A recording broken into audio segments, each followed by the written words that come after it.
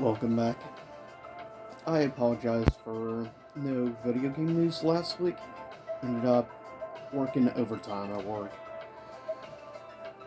So, with that said, we have first up a new PSN sale going on. It ends March the 16th, called Essential Picks. And you have a variety of some, like AAA stuff, as well as a variety of different stuff indie wise. First up, you have Among Us for $3.99. Major League Baseball The Show 21 for $9.99. Skyrim Anniversary Upgrade for $15.99. Also, Assassin's Creed The Ezio Trilogy Remaster for $11.99. Also, Sim or Job Simulation VR for $12.99. Knack 2 for $7.99. Baldur's Gate Dark Alliance 2 Dark Alliance for $23.99. Also, Spiritfarer is which also is a special farewell edition, which includes extra content for $13.49. It's a game I recommend checking out. It's very unique and very different. Also, of course, a game I have recommended multiple times. It's great, and I love the black and white art style, minimalistic, and the fact it's more or less a game where you have to figure out how murders and stuff happened, how people ended up dying. It's a very unique style, and it's made by, I think, the highly now quality, superb creator, Lucas Pope, which of course also did a great game called Papers, Please. But this is his game on sale right now for $13.99. I highly recommend, called Return of the Obra Dinn. I will continue recommending this game forever. Also, a interesting little indie game, which is very well liked for most people who have played it so far, is called A Short Hike. It's $5.59. Very good deal. Metro Exodus Gold Edition, which includes all the DLC and everything, for $9.99. So check that out. Also, you have Garfield's Kart, a kart racing game involving Garfield and his friends from the classic animated series. Interesting. It is on sale for $4.49. Also, you have Puyo Puyo Tetris 2 for $9.99. And do yourself a favor. If you like Tetris or you like puzzle type games, get Puyo Puyo Tetris 2. It's awesome the fact you get to combine two classic series, Puyo Puyo and, well, Tetris. Being one of my personal favorite series of all time, I will continue also recommending the Puyo Puyo Tetris crossover. It's very unique, very different. It has its own flair and style about it that I actually appreciate. Also, we got, over the past week, new PlayStation State of Play with a few announcements and things. You had things like a very bizarre looking new game coming from none other than Capcom, which looks kind of bizarre. Basically, I feel like it's possibly was influenced by the Dino Crisis games, though it's very bizarre because it talks about storming like these weird like shadow orbs appear in the sky, and like thousands of dinosaurs literally are raining out of these orbs. It's very bizarre and weird, but it's nice to see a big name company like Capcom willing to once again take a risk and try something new. Because occasionally it will actually work. But I'm crossing my fingers. I'm actually curious to play when there's an actual demo available of this game. It just really intrigues me. But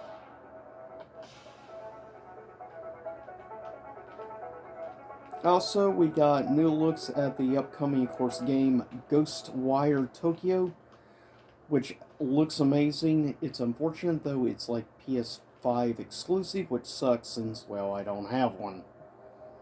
So I won't get to try this game for a while. Unfortunately, it looks really cool. I dig The combination of horror as well as action is very unique and different.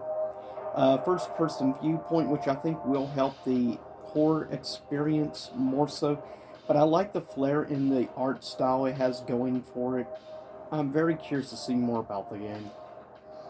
Also, we got another look of gameplay and things involving Stranger of Paradise Final Fantasy Origin, which I personally will say I'm actually really looking forward to this game in all honesty. As somebody who has played the original Final Fantasy game, and it is pretty good, arguably, I think Final Fantasy 2 is better than Final Fantasy 1, but with that said, Final Fantasy 1 is iconic. I would definitely say a classic all time. And I am very curious to actually try the game. Like the combat, it has like certain elements of the combat remind me of like Dark Souls 2, as well as other elements of the combat kind of remind me of something like Devil May Cry 5.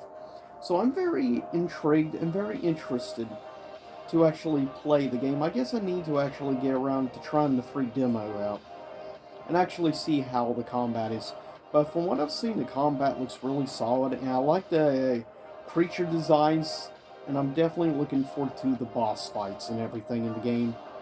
Because that's a type of game I've come to really enjoy, is hack and slash and those type of action RPGs. Also, you have Forspoken, we got more look at gameplay and stuff. Now, it was delayed to fall, at least I think around October. Personally, it's a game I am really looking forward to trying out myself. It looks like it's going to be sort of an open world type of game, and I'm actually very curious. I definitely love the particle effects to like the magic abilities and stuff. That's what really appeals to me about this game, and I'm curious to try it. I will give most games a chance that come from either Capcom, Square, or Namco Bandai, because those are companies over time that have really gained a respect for me. For many of the games I've played, I've really enjoyed. I could say, though, the same thing also from smaller developers, like, of course, From Software. Always gives a superb quality. I could say the same for also things like Insomniac.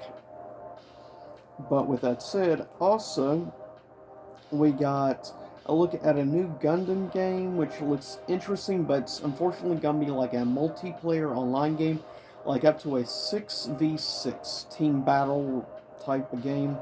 It's called Gundam Evolution. Personally, I'm not interested in it because I'm not big on the big, huge multi-online type of games. I never got into like online multi-shooters. About the only online multiple shooter game I ever really played and genuinely surprisingly enjoyed was the original Timefall. That's the only multi-online shooter I've ever played I actually really liked. I have played Destiny, but I only played the single-player campaign and stuff, and I'm the same way with Halo. Also, got a collection, of course, come out of a bunch of the classic Teenage Mutant Ninja Turtle games. You're getting tons of games going from the NES through like the Super Nintendo, the Sega Genesis, and so on, and including, of course, ultimate classics like Turtles in Time being one of the biggies in the collection. But this is something I'm really looking forward to. But I'm personally crossing my fingers and hoping it gets a physical release, whether it be from regular studio or limited run games or something. But I am crossing my fingers for a physical.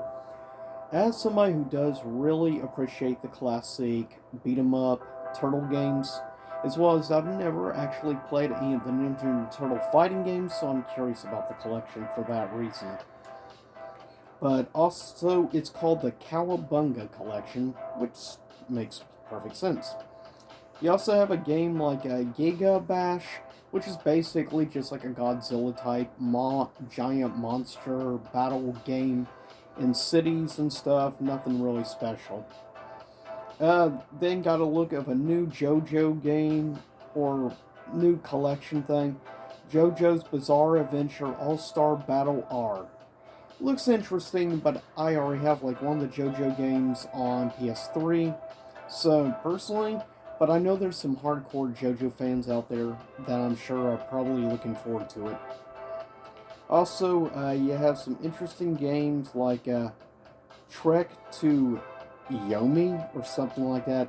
It's an unusual looking game, to say the least. Um, as well as you have games like a new update coming, major update patch for Returnal, like new stuff, new stage and stuff like that, as well as like co-op mode is being added, and other major updates to Returnal for people who actually have a PS5. And it's a free update, so that's big. I know Max is really looking forward to it. Also, you have the Diofield Chronicle Valkyrie Elysium, which is a new Valkyrie game, which I'm kind of curious about seeing how it'll be versus some of the old Valkyrie games. Also, of course, I quickly mentioned some scores from Metacritic, some updated info that's come out so far for 8th console generation consoles. User scores, no critic scores yet. That is for Elden Ring. The PS4 version has a 6.8 user score, and the Xbox One version has a 6.3 user score. Now, if I remember correctly, like the PS5 version has like a 8 point something, close to a 9. So apparently it doesn't run quite as well on 8th console generation consoles and stuff, which I kind of expected given what Elden Ring looks like. Still, I will eventually get it, but I'm probably gonna wait to make sure to get a lot of stuff ironed out first. Also, we got stuff that's been released for a newly released Square game, that being Babylon's Fall, and it looks like Babylon has officially failed. Originally, I was very curious when I originally first saw a trailer for the game. Like, a lot of the gameplay and stuff really intrigued me, kind of reminded me of, like, I don't know, Devil May Cry and stuff at one time. I thought it looked amazing. I was really looking forward. Then when I found out it would be a online, basically, game and stuff, a roguelike type of game with things like that, impossible also, like, pay-to-win mechanics and things like that, immediately turned me off and made it where I have no plan on purchasing Babylon's Fall. But the PS5 version has a critic score of 41%, a 2.1 user score. PS4, no critic, has a 2.6 user, so it's actually a little higher on PS4 than PS5. You have the PC version, which has a 37% critic and a 1.6 user. That's pretty bad.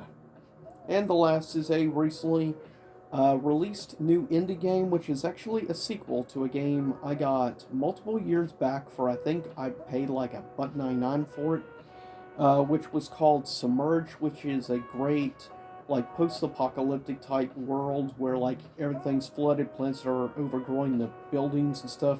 This is a new one, but you can tell there's a lot more elements. In the first game, you couldn't die or anything like that. In this one, you actually have like some combat, apparently abilities and things like that. They added more to the sequel. It's called Submerged Hidden Depths. It is for PS5, has a 71% critic, no user. PS4, unknown, no info yet. Xbox One, unknown. PC has a 73% critic, no user. Series X has no info. Google Stadia actually has it, got the game, and it has both critic score 73% and a 6.8 user. So actually not too bad overall, somewhat positive for the most part. Curious and quickly mention a little piece of info recently. Last but not least, mention some quickly. A recent study came out on like Final Fantasy games, like the 5 most successful, best-selling Final Fantasy games of all time, and the top 5 worst-selling Final Fantasy games of all time. At 5 was a game which I have played, and I actually think it's not that bad, which is the 4 Heroes of Light. It only sold 191,000 copies, and that was a DS exclusive. Then you have Dragon Quest and, or rather, Dragon Quest and Final Fantasy Portable, which is only ended up selling like 154,000. It was a mobile game, by the way. Then you have a rhythm type of game. It was released for both, I think, mobile as well as the 3DS. It was sold 144,000. Then you have Dissidia NT, which of course I've actually done some gameplay of, and I've played the game multiple times. I actually think it's a great game, but marketing wise and certain other decisions they made, like with the story mode and stuff, how you progress through it, were very stupid ideas to push the online multiplayer element of Dissidia NT, and that's why I think it arguably will be looked down on as the black sheep of the trilogy, though I think all the games are underrated. Dissidia NT definitely deserved more love than it got. It only sold 137,000 copies worldwide. That's pretty bad. Also, last but not least, at number one was Final Fantasy Crystal Chronicles The Crystal Bearers, which only sold 75,000 copies, which is not great to say the least. Then we have the top 5 best-selling Final Fantasy games. First up, you have Final Fantasy VIII, which I am kind of surprised. For PS1, of course, it sold 9.65 million copies. Then you have Final Fantasy X for PS2, which sold 9.75 million copies. Then you have Final Fantasy VI, which is surprising. It has sold 10.17 million copies. Then you have Final Fantasy XIV, which has sold 10.90 million, just shy of 11 million. And coming at number one is Final Fantasy VII, which has sold an estimated 16.75 million copies. Now keep in mind that includes actually physical and digital, both. So with that said, but anyways, I'll see y'all next time. Same YouTube time, same YouTube channel. Stay safe. Hopefully enjoy the retro wave music in the background. Also stay safe out there. To everyone in Ukraine, hang on. And please, everyone around the world, keep your thoughts and prayers with the people of Ukraine, as well as the actual people in Russia who are living under what's going on right now, which is not good. But with that said, just keep everyone in your prayers. Let's just hope this ends without any really major wars starting. That's all we can hope. But I'll see y'all next time. Stay safe out there.